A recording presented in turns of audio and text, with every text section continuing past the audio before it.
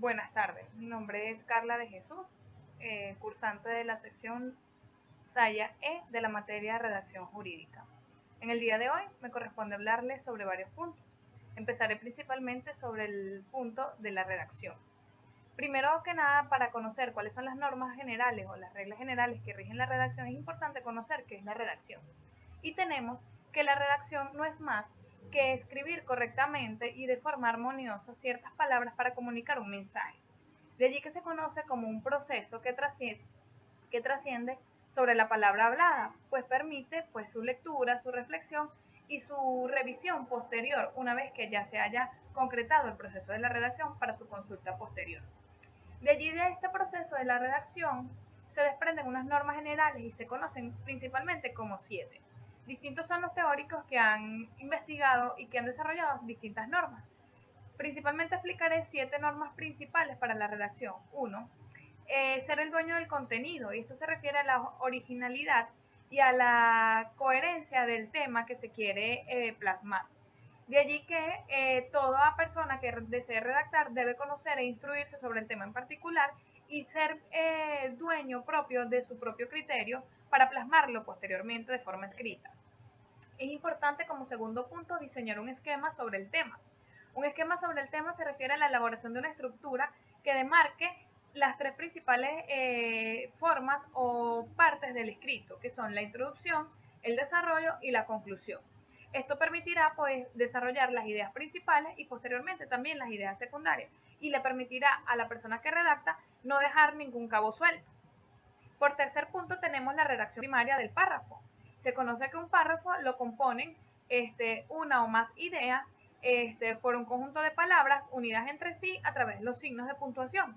En cada párrafo se escribe una idea principal y es importante que seguido de ella se explique sobre esa idea principal. Se estila que posteriormente, para finalizar el párrafo, en la última línea del párrafo, se escriba una idea final o una conclusión. El artículo lo componen varias uniones de párrafos, que es un documento que sirve para informar o para instruir acerca de un tema específico. Por su parte, hay que respetar la gramática como cuarto punto importante en el proceso de la redacción. Y sabemos que la gramática no es más que el orden, la forma en cómo se ordenan y se escriben las palabras correctamente para darle un sentido.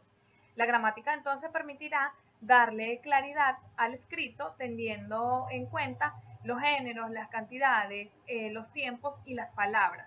Se recomienda que el uso de las palabras y las oraciones sean de forma clara, concisa y sean oraciones cortas, para que sean de mayor entendimiento para el lector.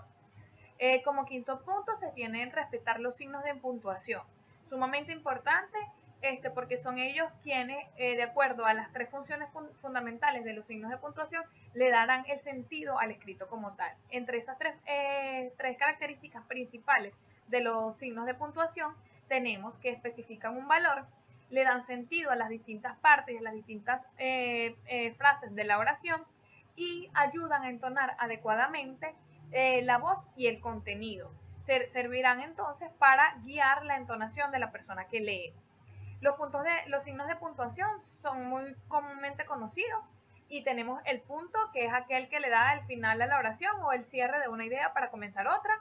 La coma, que es una pausa pequeña o breve dentro de la oración y también sirve para separar ciertos elementos como para caracterizar, para seriar, para numerar o para insertar una aclaratoria dentro de la oración. Tenemos también el punto y coma, que es una pausa un poquito más permanente, una pausa intermedia dentro de la oración para poder hacer una aclaratoria posterior. Los dos puntos sirven para enumerar, para clasificar o para dar una explicación. Los puntos suspensivos, que dejan como a especie de abierta la oración o a modo de imaginación del lector. Los signos de interrogación, que están basados cuando se hacen preguntas, los signos de admiración, que es cuando se hacen exclamaciones, las comillas para citar el contenido textual de alguna persona o de alguien que lo haya dicho, el guión sirve para separar palabras o para unirlas a su vez, el paréntesis para dar una explicación acerca del contenido que se está expresando en la oración, y los corchetes, que son aquellos que van dentro de los paréntesis para dar una explicación de lo que ya está dentro de los paréntesis. Como sexto punto de este apartado, tenemos que hay que estudiar y conocer el idioma. Sumamente importante estudiar y conocer el idioma de lo que se desea escribir, pues eso permitirá tener un amplio conocimiento del vocabulario y de las palabras que se van a usar a la hora de redactar. Y para lo cual, como último punto, como séptimo punto, se tiene que es importante a la hora de redactar usar palabras sencillas y evitar el uso de palabras técnicas, a menos de que se trate de un documento de carácter técnico o científico y que vaya dirigido a una población como tal. Las partes de un escrito. Las partes de un escrito se componen principalmente en principales o partes esenciales y partes accesorias. Las partes principales son el principio, el medio y el fin. El principio es conocido también como introducción o exordio y es una parte fundamental que es la entrada del escrito, para lo cual se estila o se recomienda que se haga de modo motivante para el lector, en el cual se maneje contenido de emociones, sentimientos que atraigan la lectura de la persona que está bajo el texto. La parte media, también llamada cuerpo, es aquella exposición o nudo, es aquella donde se expresa el contenido fuerte de la información del texto, en la cual se presentan argumentos de carácter científico o de carácter más profundo para darle sentido a lo que se desea expresar, a las ideas principales. En este apartado se desarrollan las ideas principales y las ideas secundarias del texto. Y el fin, que también es denominado epílogo o cierre, es la forma de conclusión en la cual se hace una generalidad de lo que se expresó anteriormente para resumir lo que se había expresado. Por las partes accesorias conocemos que van a depender del tipo de naturaleza del escrito, bien sea si es una carta, si es un documento práctico, un documento estético, científico, va a depender de eso. Se conocen como los datos previos, en los cuales se desarrollan algunos datos, como lo son el nombre de la persona que remite, la fecha y el lugar donde se escribe, dónde va a ser remitido, el remitente y el remisor, para especificar esos datos. El encabezamiento son aquellas palabras o vocativos que se usan para expresarse a alguien, que le dan formulismo o formalidad al escrito. El epígrafe es la síntesis de lo que se desea escribir, y la despedida, que es a base de una conclusión. Se establece también que la firma, la antefirma y la aclaratoria de la firma son partes accesorias de un escrito, y la postdata, en la cual se van a dejar algunos elementos que se omitieron en el escrito y en las cuales es importante mencionarlo. Por su parte, la gramática se conoce como el conjunto de normas y reglas para hablar y escribir correctamente una lengua. Se dice que cada lengua tiene su gramática particular, pues la gramática no es más que rige la forma de usar y organizar las palabras adecuadamente en una oración. La gramática tiene serias características, entre ellas pues destaca la concordancia que debe existir, y la concordancia verbal es la coincidencia entre el número gramatical, que va a depender del verbo, del sujeto y del sustantivo.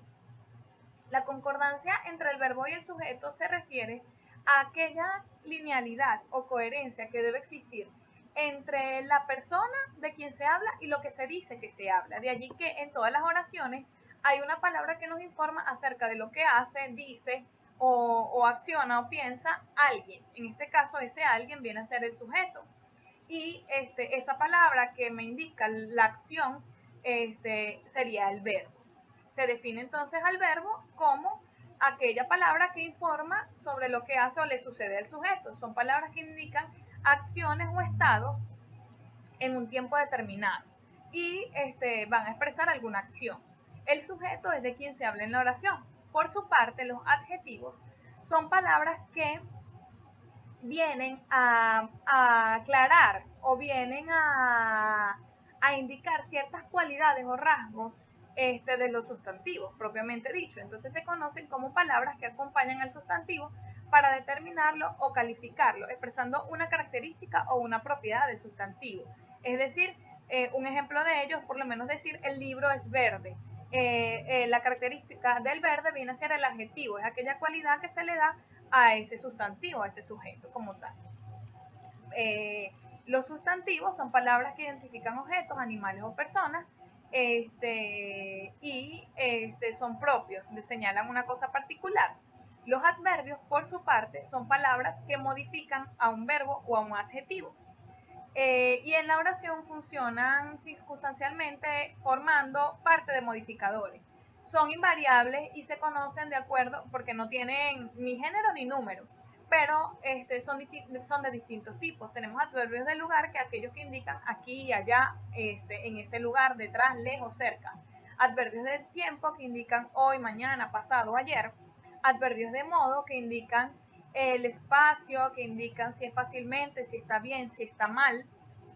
Adverbios de cantidad o grado, adverbios de afirmación y adverbios de negación. Las preposiciones, por su parte, son palabras que se relacionan con elementos de una oración. Las preposiciones pueden indicar el origen, la procedencia, el destino o la dirección, el lugar o el punto de partida de algo.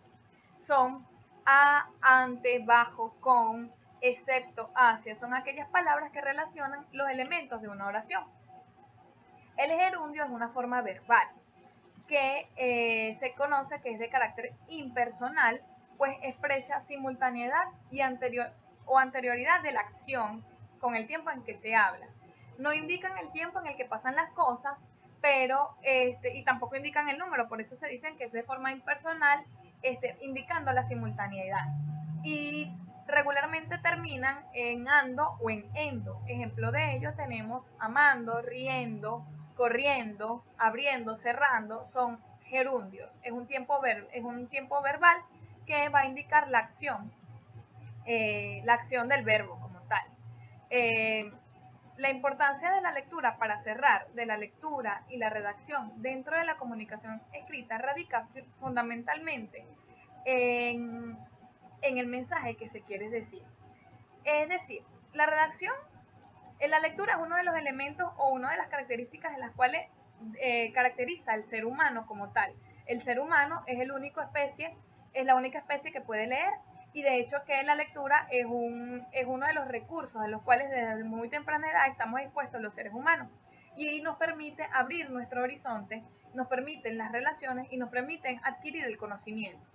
Una vez adquirida y consolidada la lectura como una parte fundamental, y se dice que debe ser el hábito mayormente explotado y desarrollado por el ser humano, porque le permitirá la amplitud del conocimiento, le abre las puertas al conocimiento, a su vez la redacción forma parte de ello, porque con una buena lectura o con un buen conocimiento y habiendo realizado una buena lectura es posible entonces consolidar una formidable redacción para poder comunicarse de forma escrita. Es una de las actividades más importantes y útiles del ser humano, pues nos amplía el conocimiento y la información y nos da esa característica o nos acerca a lo que es el desarrollo de las actividades intelectuales. Por otro lado, pues la importancia de ello es que a partir de ello comenzaremos a intercambiar conocimientos de forma formal e informal. La lectura supone siempre una atención, la concentración y el compromiso, al igual que la redacción, como procesos propios de la lingüística y por ende principalmente de respeto a la gramática. Esperando que haya cubierto el contenido de la actividad. Esto es toda mi exposición. Muchas gracias.